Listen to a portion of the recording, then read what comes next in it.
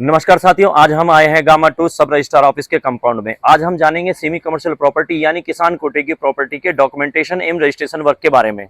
आइए चलते हैं इस जानकारी को प्राप्त करने के लिए।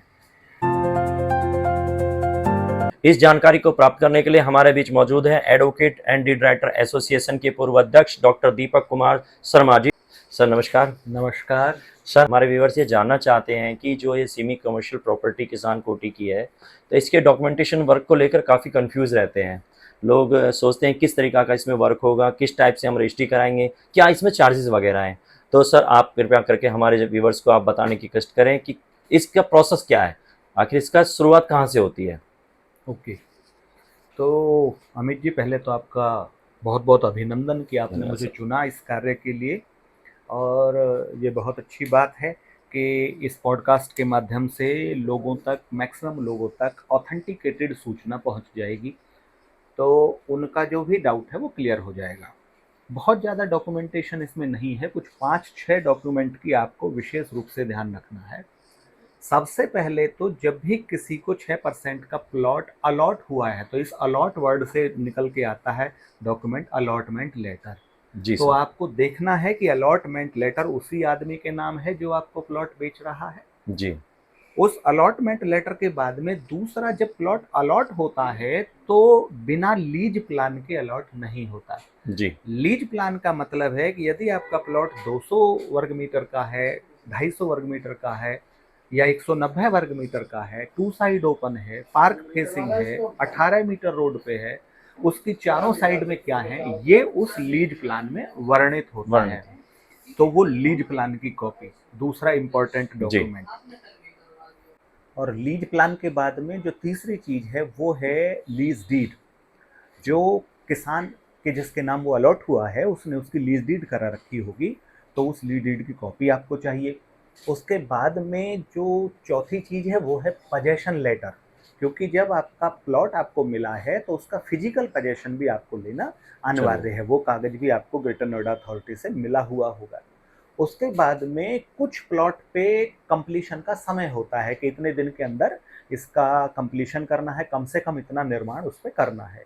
तो यदि वहाँ पे कुछ मकान बना हुआ है, पूरा बना हुआ है या कम बना हुआ है, जितना भी बना हुआ है एज पर जो नक्शा पास है, तो वो कंप्लीशन सर्टिफिकेट की आपको उसकी ज़रूरत होगी। और इसके साथ एक और चीज़ आप देख लें, वो है आपकी वाटर या इलेक्ट्रिसिटी या इस तरह की कोई ड्यूज़ तो उस प्लॉट पे बाकी नहीं है। तो ये हुआ डॉक्यूमेंटेशन में जो मेजर रूप से आपको चेक करना है। वो साधारण सी बात है कि आपको बेचने वाले का आधार कार्ड और पैन कार्ड ऑथेंटिसिटी के लिए वो भी देखना है। ये भी एक डॉक्यूमेंटेशन का रिक्वायरमेंट है। और जिस वक्त आपकी रजिस्ट्री होगी या टीएम डलेगा तो उसमें आपको विटनेसों की भी आवश्यकता होगी। आजकल ये बहुत ज़रूरी हो गया है कि विटनेस जेन्युइन हों, तो उनके भी आधार और पैन इत्यादि आप देख लें। तो डॉक्टर साहब, ये हमारे डॉक्यूमेंटेशन अगर हम प्रॉपर्टी लेते हैं तो ये हमें सारी चीज़ें चेक करनी है सीरियल बिल्कुल। वाइज। जैसे कि आपने बताया सबसे पहले अलॉटमेंट लेटर, उसके बाद हमें लीज प्लान चेक करना है जिसमें भुजाएं सीमांकन हुआ होता है। उसके बाद में हमें चाहिए लीज डीड की कॉपी। उसके बाद हमें पोजीशन सर्टिफिकेट की कॉपी। और आपने जैसा कि अभी बताया न्यूड सर्टिफिकेट या कंप्लीशन सर्टिफिकेट भी। या नोड नहीं, दोनों अलग अलग दोनों ही चीज़ें अलग होती अलग नोड सर्टिफिकेट के अंदर हमारा वाटर चार्ज जमा होना चाहिए, सीवर चार्ज या हमारा इलेक्ट्रिसिटी चार्ज वगैरह। हैं। बिल्कुल। जी बहुत बहुत धन्यवाद, ये आपने इस हमारे जो डॉक्यूमेंटेशन वर्क पे प्रकाश डाला। अब सर, इसके बाद अगर हम मान लीजिए मैं प्लॉट लेता हूँ तो मेरा ट्रांजेक्शन का क्या प्रोसेस है, उसके बारे में क्या इस पे चार्जेस लगते हैं जो मुझे वहन करने होंगे। बिल्कुल। जब आप प्लॉट लेते हैं मूल विक्रेता से या दूसरे विक्रेता से या तीसरे विक्रेता से, तो हमेशा अथॉरिटी में एक प्रक्रिया है, उसको बोलते हैं टीएम, ट्रांसफर मेमोरेंडम। यानी जिसका वो मूल आदमी का प्लॉट है, वो जब दूसरे को देगा तो टीएम फार्म आपको भरना होगा, जो कि ऑनलाइन प्राप्त हो जाता है, जिसकी 500 रुपये कीमत है। और टीएम फार्म में जब आप भरेंगे तो उसमें ऑनलाइन ही आपको 1000 रुपये प्रोसेसिंग फी जमा करनी होगी। और चूंकि आप 6% के कृषि वाले जो ये आबादी प्लॉट हैं उनकी आप बात कर रहे हैं, तो यहाँ पे आपको वर्तमान में हमेशा आपको दर चेक कर लेनी है। वर्तमान में 867 रुपये प्रति स्क्वायर मीटर के हिसाब से आपको ट्रांसफर चार्ज जमा करना होगा। ये भी ऑनलाइन ही तो जमा होगा। तो डॉक्टर साहब ये जो ट्रांसफ़र चार्ज है, ये हमें अथॉरिटी के अकाउंट में ही ऑनलाइन जाके जमा करना है या कहीं कैश डिपॉज़िट करना होता है? नहीं, आजकल बीच में ऐसी कुछ घटनाएँ हुई जिनमें कि कैश के या चालान के माध्यम से जमा हुआ करता था, तो उसमें कुछ घोटाले हुए। तो अब वर्तमान में ये पूरी तरह से उनकी एक साइट है ग्रेटर नोएडा अथॉरिटी की, उस पे जाके आपको लॉगिन करने के बाद ऑनलाइन ही ये जमा करना है और उसकी जो पर्ची निकलेगी, उसको टीएम फॉर्म के साथ में जमा कराना है। जी। ट्रांसफ़र के बाद में डॉक्टर साहब क्या आगे की क्या प्रक्रिया कितने दिन में हमारे ट्रांसफ़र हमें प्राप्त हो जाता है? देखिए कहने को ऑनलाइन चीज़ें हैं, लेकिन थोड़ी-सी प्राधिकरण की कार्यविधि के बारे में मैं बहुत अधिक कुछ कहना नहीं चाहूँगा। आप लेकिन यदि अपने टीएम के पीछे लगे रहते हैं, तो संभावना अवश्य है कि आप 2 से 3 कार्य दिवस में भी टीएम प्राप्त कर सकते हैं। अन्यथा यदि सब कुछ सही है और आप बहुत भाग-दौड़ नहीं करते हैं, तो 1 सप्ताह में तो कम से कम आपको टीएम मिल ही जाना चाहिए। टीएम की कॉपी मिलने के बाद टीएम जो वैलिड होता है वो 90 दिन के लिए होता है, जिस तिथि को टीएम जारी होता है। तो आपको उस 90 दिन के अंदर ही इसकी सब रजिस्ट्रार ऑफिस में जाके रजिस्ट्री करानी होती है, जी, जिसको ट्रांसफर डीड कहते हैं। Transfer deed. डॉक्टर साहब ट्रांसफ़र डीड के लिए यहाँ का जो सर्किल रेट है जिस पे हम स्टैम्प ड्यूटी पे करते हैं उसका क्या प्रोसेस है? देखिए 2 तरीके से इसमें है ट्रांसफर डीड में आप जो स्टाम्प ड्यूटी देंगे। एक तरीका है कि बहुत बार जिसको आप साधारण भाषा में लोग कहते हैं कि नंबर 1 का कितना पैसा है, नंबर जी, 2 जी, का जी। कितना है। किसी भी भूमि का मूल्यांकन होता है कलेक्टर की दर के अनुसार। जी, तो वर्तमान कलेक्टर की दर 6% प्लॉट के लिए 13,000 रुपए वर्ग मीटर है।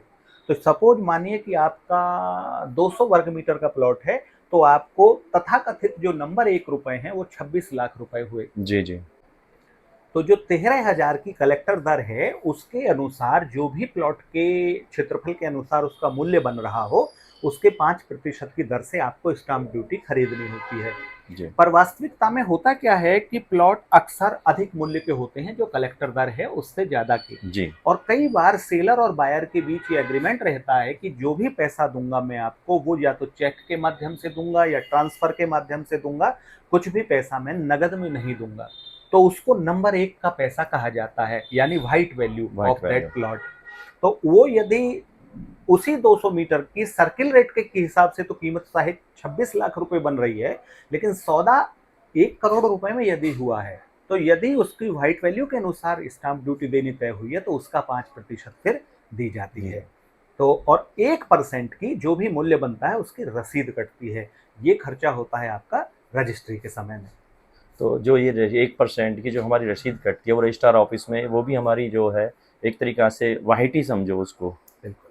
जी, वो जो रजिस्ट्री स्लिप कटती है, आजकल एक ये हो गया है कि 20,000 से नीचे की यदि वो स्लिप है तो आप कैश भी जमा कर सकते हैं रजिस्ट्रार जी ऑफिस सर। में, और यदि 20,000 से अधिक है तो वो भी पैसा आपको ऑनलाइन ही जमा करना है। जी, और स्टाम्प ड्यूटी के बारे में भी बता दूं, आजकल ई स्टाम्प निकलता है, इसलिए SHCIL के अकाउंट में कंसर्न जो भी स्टाम्प वेंडर हैं उनका जो अकाउंट नंबर होता है, उसमें आपको ऑनलाइन ही अपने स्टाम्प ड्यूटी के पैसे जमा करने होते हैं और फिर 1 पेज का आज की डेट में स्टाम्प निकल जाता है। तो डॉक्टर साहब रजिस्ट्री की प्रक्रिया के बारे में आपने बहुत ही सरल और सहज तरीक़ा से हमारे व्यूअर्स को बताया और मुझे आशा है कि हमारे व्यूअर्स ने सारी बातें बड़े ध्यान से सुनी होंगी। तो एक लास्ट में पूछना चाहूँगा कि रजिस्ट्री की प्रक्रिया के बाद हमें रजिस्ट्री कितने दिन के अंदर प्राप्त हो जाती है? देखिए, नियम तो ये है कि जिस दिन रजिस्ट्री हुई है, यदि वो 2 बजे के पहले आपकी रजिस्ट्री हो गई है, कह लीजिए कि लंच के पहले आपकी हो गई है, तो आपको उसी दिन वो रजिस्ट्री प्राप्त हो सकती है वापस रजिस्ट्रार ऑफिस से।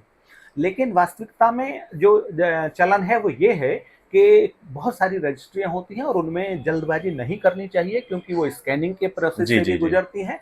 तो आप ये मान के चलिए कि 24 से 48 घंटे में तो आपको रजिस्ट्री की कॉपी मिल ही जाएगी। हुँ। बहुत-बहुत अच्छे, बहुत-बहुत धन्यवाद डॉक्टर साहब। आपने हमारे व्यूअर्स को इतनी अच्छी जानकारी दी है। धन्यवाद डॉक्टर साहब। धन्यवाद आपका भी।